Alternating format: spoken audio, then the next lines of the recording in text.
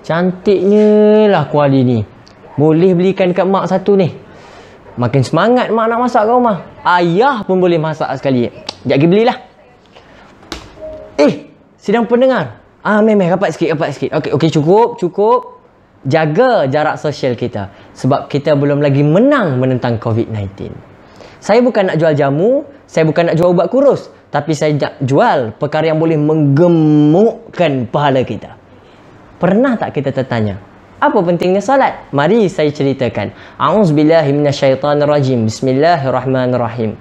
Allahumma la sahla illa ma ja'altahu sahla wa anta taj'alul huzna idza syi'ta sahla. Assalamualaikum warahmatullahi wabarakatuh. Salat ialah perkataan dan perbuatan yang dimulai dengan takbiratul ihram dan disudahi dengan salam. Pandai abang-abang dan akak-akak di rumah. Salat mampu membuatkan diri kita supaya sentiasa menghargai masa. Firman Allah Subhanahu Wa Taala dalam surah Al-Asr ayat 1 dan 2. A'udzubillahi minasyaitonirrajim. Bismillahirrahmanirrahim. Wal 'asr innal insana lafi khusr. Sadaqallahul azim. Firman Allah yang bermaksud, demi masa, sesungguhnya manusia berada dalam kerugian. Sidang pendengar, setiap saat yang kita bazirkan, setiap saat yang kita lekakan di atas muka bumi Allah, terlakar detik hitam di akhirat. Rasulullah SAW pernah ditanya oleh para sahabat, "Ya Rasulullah, apakah amalan yang terbaik?" Kata baginda, "Salat di awal waktu." Menurut buku Jadi Pemimpin Hebat karya Dr. Yazid Abdul Manaf, Abdullah Samarkandi bertanggungjawab ke atas hadis ini yang menyatakan, barang siapa yang melengah-lengahkan solat walaupun satu solat fardu, maka namanya tertulis di hadapan pintu neraka dan pasti akan memasukinya. Ini baru kita lengahkan solat, belum kita tinggalkan solat. Kalau kita tinggalkan solat, nescaya ayam golek kita dalam api neraka. Jadi, apa tunggu lagi? Ayo sama-sama kita salat. La la la la la la la. Ayo salat 5 waktu sehari. Semalam subuh, zuhur dan asar. Maghrib juga isya. 1, 2, 3 ayo salat. InsyaAllah kita sama dapat berkat. Moga-moga dunia akhirat kita akan selamat. Sidang pendengar, salat mampu meningkatkan takwa kita kepada Allah.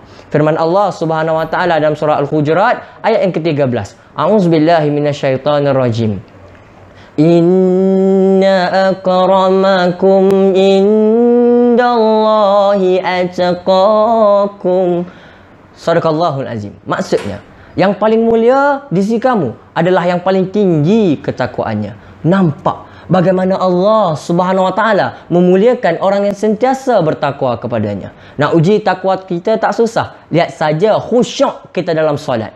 Pernah tak waktu kita angkat takbir, Allahu Akbar, mata kita ni akan nampak semua benda. Sehingga kan cicak di belakang jam pun kita perasan. Dan waktu ni kita akan teringatkan, bil api tak bayar lagi lah. Bil air yang bulan lepas masih tertunggak. Untuk golongan muda, waktu ni teringat nak buat TikTok. Masya Allah. Jadi sama-sama kita jauhi perkara ini. Kenapa golongan pemuda dan pemudi hari ini sering meninggalkan solat?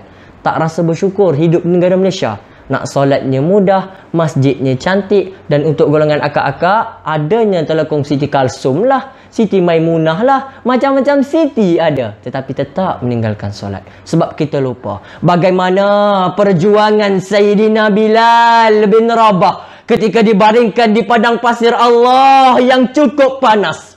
Diletakkan batu di atas dada beliau. Tapi apa kata beliau? Ahadun ahad, yang satu-satunya. Tidak pun Sayyidina Bilal kata, tolong aku, sakit ni. Nampak sidang pendengar bagaimana takwanya Sayyidina Bilal. Jadi ayo sama-sama kita perbaiki diri kita. Ingat, jangan lengahkan solat dan jangan sekali tinggalkan solat. Bak kata orang Kelantan, buat pahala, insya-Allah Allah jaga. Wabillahi taufiq wa hidayah. Wassalamualaikum warahmatullahi wabarakatuh.